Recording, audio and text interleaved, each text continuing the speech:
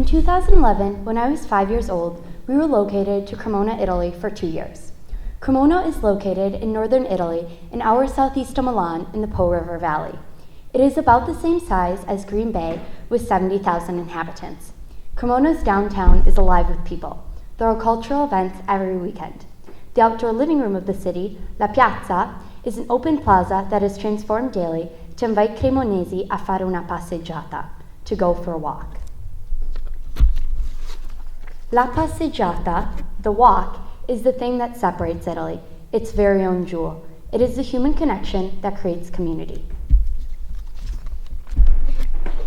Our Italian morning starts with walk. I trail after my mom down to Tosi, una panetteria, or a bread shop, which our friend Greta and her family owns.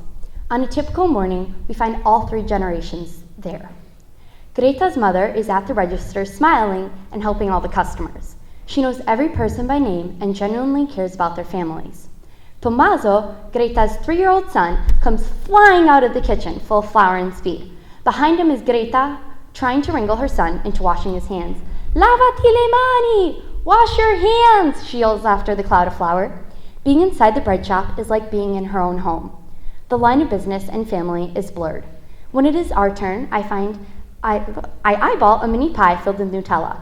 Greta's mom reaches down and grabs 2 of the delicate, delicious crostate. We pay, say our goodbyes, and walk back onto the streets. Our American morning starts with a drive. I follow my mom out to the garage, into her car, and buckle up my seatbelt. When we arrive at Target, we go to the bakery section and pick up a piece of bread. The loaf of bread is not delivered with a smile, no one is yelling after their child, and it certainly doesn't feel like we are in anybody's home. Our next Italian stop is Le Sorelle del Il Fruttivendolo. The fruit shop, this means the sisters of the fruit shop. The fruit shop in Italy is the place to go when juicy, ripe fruit is needed. When we walk into the shop, the 2 sisters instantly call it from the back. Ciao! Hello! Ah, ma che bello! Sofia Anna! Oh, how wonderful, Sophia and Anna.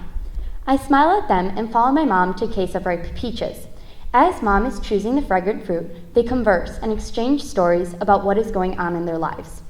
When we have decided on the peaches we want, we head to the small cash register to pay.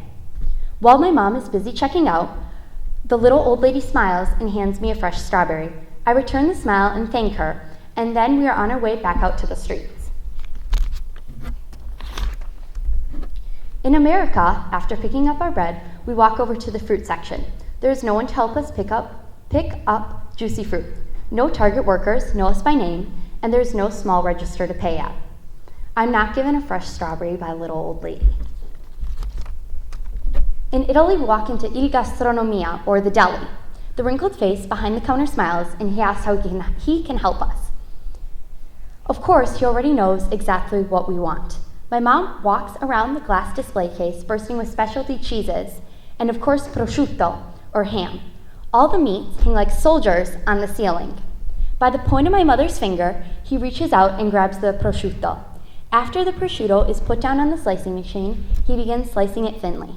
We grab our card paper wrapped prosciutto, our ham, e poi andiamo a prendere formaggio, or we go and get cheese. Once we have chosen the cheese we want, we pay and begin our walk home. In America, we walk into the refrigerated meat section. There certainly are plenty of options, but no kind, wrinkled old face helping us. Mom chooses a packet of prepackaged ham, and we are on our way. The ham is one thickness fits all, and definitely not thinly sliced. Our final stop is at the checkout, where no one knows our name, and then we begin our drive back home. In Italia, arriviamo a casa, we arrive back home, and it is now 11:30 in the afternoon. Time for lunch, o tempo per pranzo.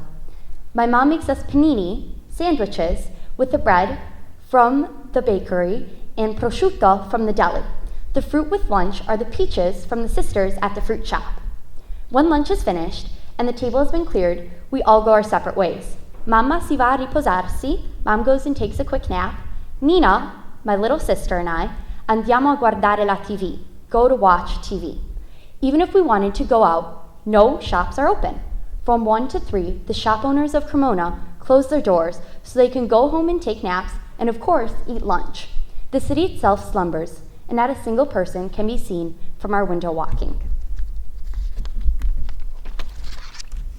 Back in America, we arrive home, and it is now 11:30 in the afternoon, so time for us to make lunch. My mom makes us sandwiches with bread from Target and ham from Target. The fruit we have is also, surprisingly, from Target. Mom cleans the dishes while Nina and I do our homework. We decide to go to Zesties for a special treat. They are open conveniently from 10 a.m. to 10 p.m. because Green Bay continues to work. The city does not close its eyes for an afternoon nap. America and Italy are two different cultures. In Italy, human relationships can be found on a smaller scale. Human connection is at an arm's length because of la passeggiata, the walk, to small businesses from the fruit shop to the deli. Here in America, connection can become lost in the larger scale of supermarkets like Target. Driving our cars, we miss opportunities around us to create relationships. However, even Italy is changing, and the current generation of Italians is evolving. Supermarkets are rapidly multiplying, and small businesses are dropping like flies. And don't get me wrong, supermarkets are great, as long as the human connection is not lost. Here's a quote from Dean Ornish that says this far better than I can. The need for connection and community is primal, as fundamental as the need for air, water, and food. It is necessary to connect with people.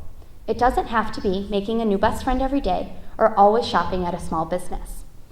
It can be as simple as holding the door for the next guest, smiling at the cashier, or even just waving to your neighbor. If we all connect in a small way every day, our communities would feel much more vibrant. Thank you for your time. Grazie.